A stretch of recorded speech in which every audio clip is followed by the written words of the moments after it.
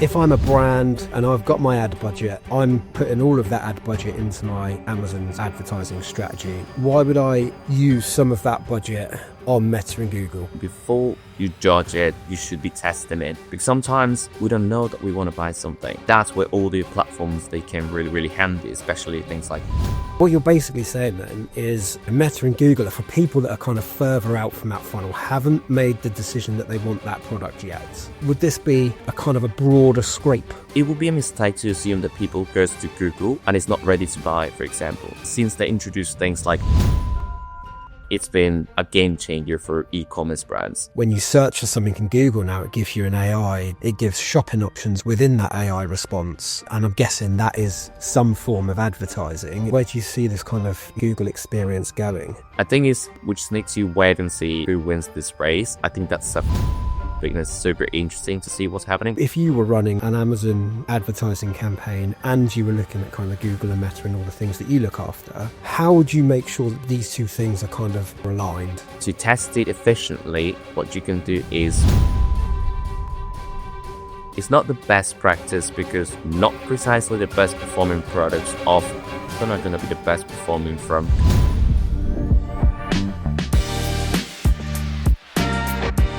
Hello and welcome back to the Seller's Journey podcast with me and Willis. I'm delighted to be joined by Cesar, who is the head of marketing at OptimAds. And what we're going to do is I'll let Cesar talk a little bit about OptimAds in a second, but essentially it's a different area of advertising that I really want to kind of get into. So what we've kind of decided is that each week we're going to do a little bonus episode where Cesar and I are going to talk about the differences between Amazon advertising and then Google and Meta advertising, which is the area that Cesar's department would cover. So yeah, welcome along, Cesar. It's great to have you here. Oh, thanks for having me. I'm really happy to be talking with you, and yeah, great. And do you want to just give us a little intro to you and what you do on a daily basis? Yeah, sure. I'm the head of marketing for OptimAds. So we are a marketing agency that specializes, as you said, on Google Ads and Meta Ads especially, and optimizing funnels for e-commerce stores and brands that want to scale online. Yeah, my background is in marketing, pretty much. I've been working in marketing for about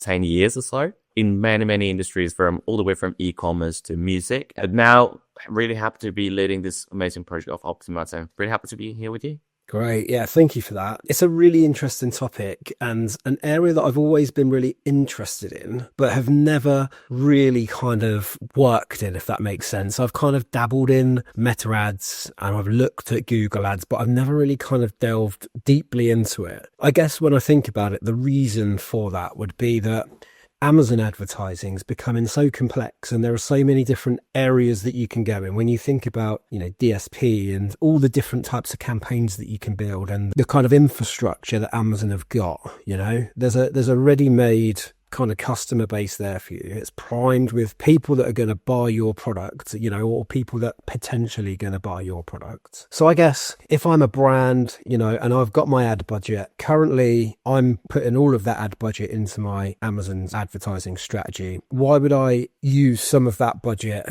on Meta and Google? Can you kind of explain that to me? That's a great question. I think it's just normal because everyone keeps obviously going to Amazon as a marketplace that it's the leader. And it's just natural for Amazon sellers to stick to Amazon. However, what I said to everybody is before you judge it, you should be testing it. Because sometimes we are on the internet. Yes, if you go to Amazon, pretty much you're going to be ready to buy. But sometimes we don't know that we want to buy something. And that's where all the platforms, they can really handy, especially things like Meta, that they talk to the top of the funnel. But yes, I think the reason for that is because you have to test it first. So the cost per click, for example, on Amazon is so competitive because every Amazon seller thinks the same way as you're thinking, that maybe you're missing out on an opportunity to sell directly on your platform in Shopify, Elementor, WordPress, whatever you've got hosted your website, and directly you're going to save fees of the FBA or something if you're going to send it over yourself, or you don't have to handle it through a third party. And then the cost per click of acquisition could be a little bit lower then, because then competition is less fierce in there, and there is a lot more demand on the market at the minute because a lot more people is browsing in Google than what they're doing on Amazon directly. Even if it's not with this same intention of purchasing, but there is some benefits.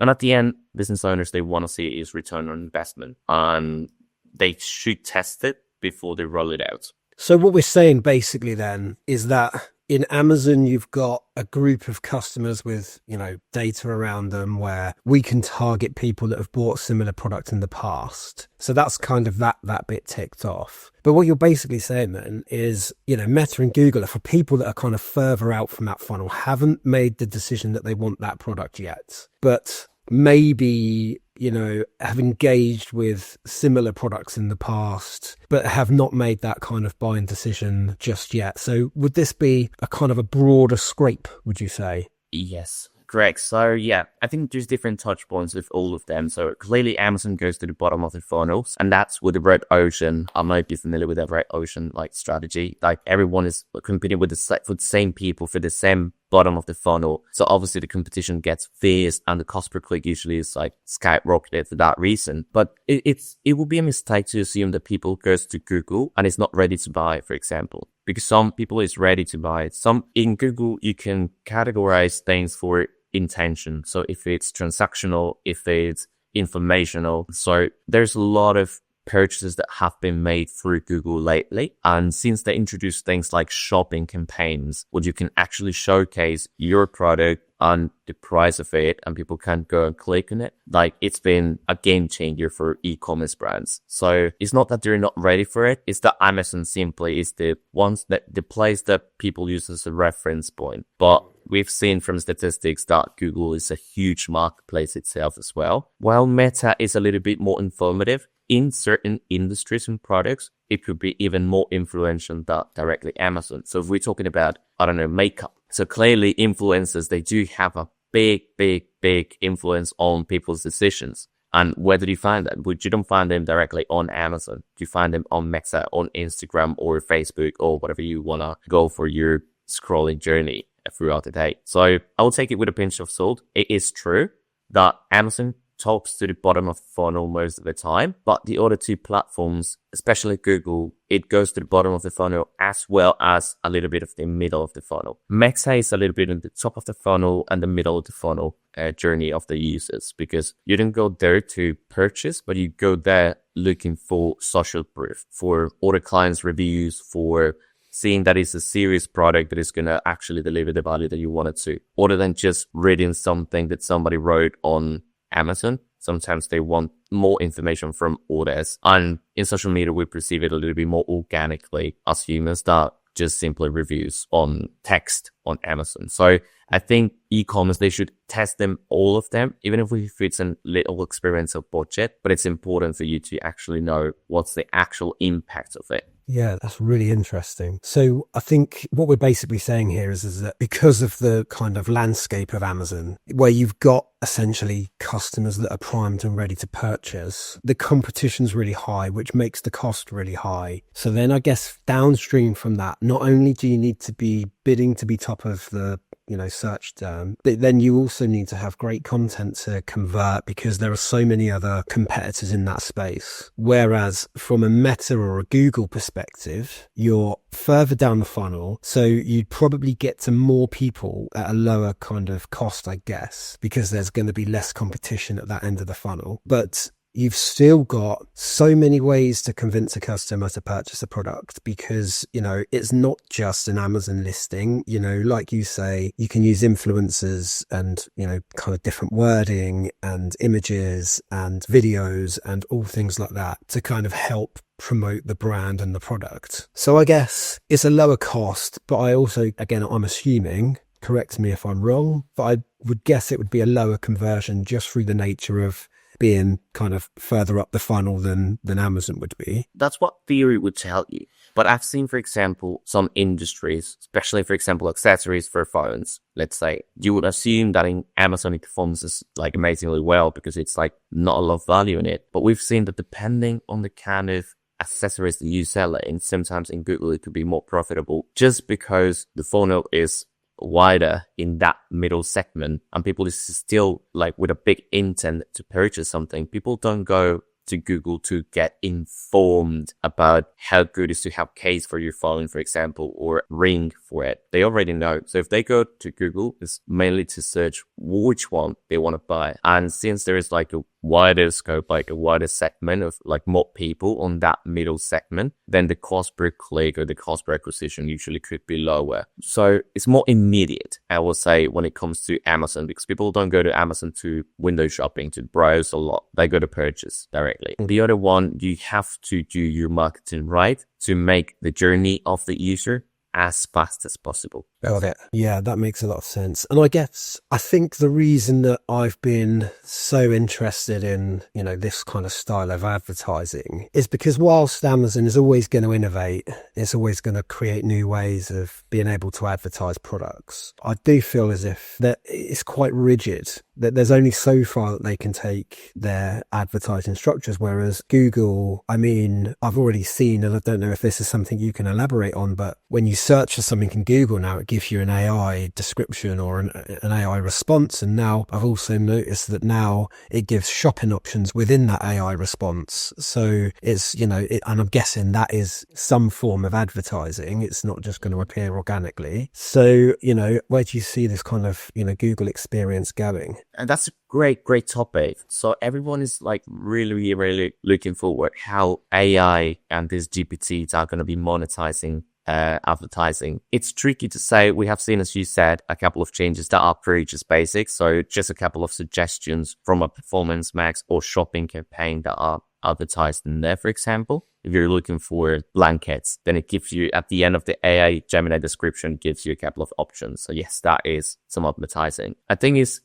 we just need to wait and see like who wins this race. I think that's a full new topic and it's super interesting to see what's happening. But you're right. Like my perception from Amazon is that because I know the three platforms, it is what Google was a couple of years ago. So obviously I know it's going to transition eventually to a little bit more of AI. But right now, if you look at the platform of advertising of Amazon, it feels like Google 2000 early 20s. So, and you can foresee where is it going to be leaning into just by analyzing how Google is doing. But yes, there's a lot of new advertising avenues that are going to come our way. And one of the biggest fears that I feel like business owners have when it comes to Google is that they don't have as much granular information as they do on Amazon because they understand everything. Because they have now Google is relying a lot on AI with this Performance Max campaigns. But the good thing is that since this year, Google is rolling out better reports for Performance Max. So you will see exactly how impactful is your video campaign, how impactful is your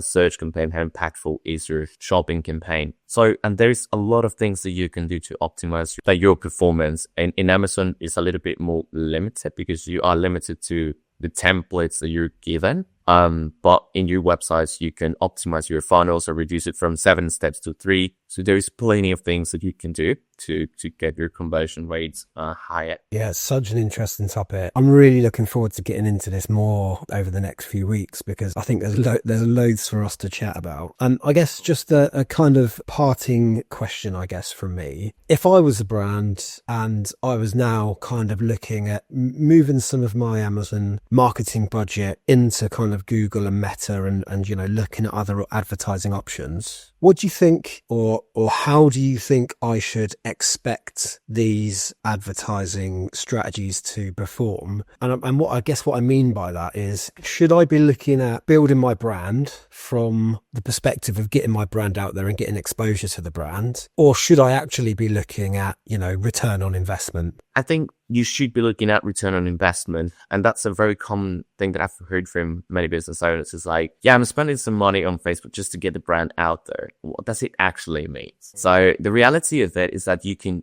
actually get return from it from the beginning. You just need to learn the advertisement platform, learn a little bit, and that's it. But the problem that I've seen many times is that the business owners that don't do the tracking correctly for the pages. So you never ended up feeding correct information to Google or Meta. And therefore, the results are never going to be optimized because you're optimizing to get more conversions. But if you don't tell Google or Meta what is a conversion for you via the tracking, then it's going to be never going to be matching your Amazon performance because the platform doesn't know what optimize means for you. And that's a little bit of the end game. So you just need to get your tracking correct. And then the rest of it is just down to the creativity. It is a world to explore. Yeah, amazing. I think I've just from this conversation, I've, changed my views a little bit on kind of this. And I guess the difficulty that I'd have as a brand, especially if I'm running Amazon ads that are working quite well, I guess the difficulty is like working out in what part of or how much should I invest in this. And I think, like you say, it's a bit of a test and a bit of test and learn. But, I think it's certainly opened my eyes a little bit is in terms of from a top view perspective, why should we use the different ad campaigns? And I think, yeah, you made some really valid points in that, you're it's a much broader market and, you're actually kind of pulling customers in further up the funnel, which makes an awful lot of sense. One last question, I promise. Yeah. One last question. If you were running an Amazon advertising campaign and you were looking at kind of Google and Meta and all the things that you look after, how would you make sure that these two things are kind of running in tandem? The strategies are aligned? Yes, good question. So I think if you're asking me from the point of view of someone that already has experience on Amazon, then that's great because you sort of know what products are converting best for you from all your catalog, right? So you can, for example, what you can do is make sure to test it efficiently. What you can do is, for example, make a small test of a shopping campaign, which is the most similar one to Amazon directly. And you just put a small budget to it, including just the products that you know are popular for your target audience. And you can give it a go like this. It's not the best practice because not precisely the best performing products of Amazon are going to be the best performing from Google. So you could be missing out something. But if what you're looking for is like a taste of success, like something that confirms to you that is something doable, then probably I'll suggest you to start with that. And in terms of the budget, every industry is different. So I can't give you like exact number, but I would assume that if you're in the States, obviously $10 a day won't break your bank and they could return everything correctly for you. $5 the least, depending on the industry again. Like it could be that your industry, the cost per click could be, I don't know, if you're selling like really complex medical equipment, then every click could be costing you the $5, the $3. And the same can happen for Amazon, I'm sure, but it depends on the industry. But if you want to test something, and as a rule of thumb, I would suggest something on those lines that doesn't break your bank. Well, you can afford to test it, but you need to make your tracking correct first. So as long as you have that set up correctly, you should be testing it out. Amazing. Brilliant. Cesar, it has been so interesting talking to you, and I could carry on chatting to you for another hour. Let's save some topics for another episode, shall we?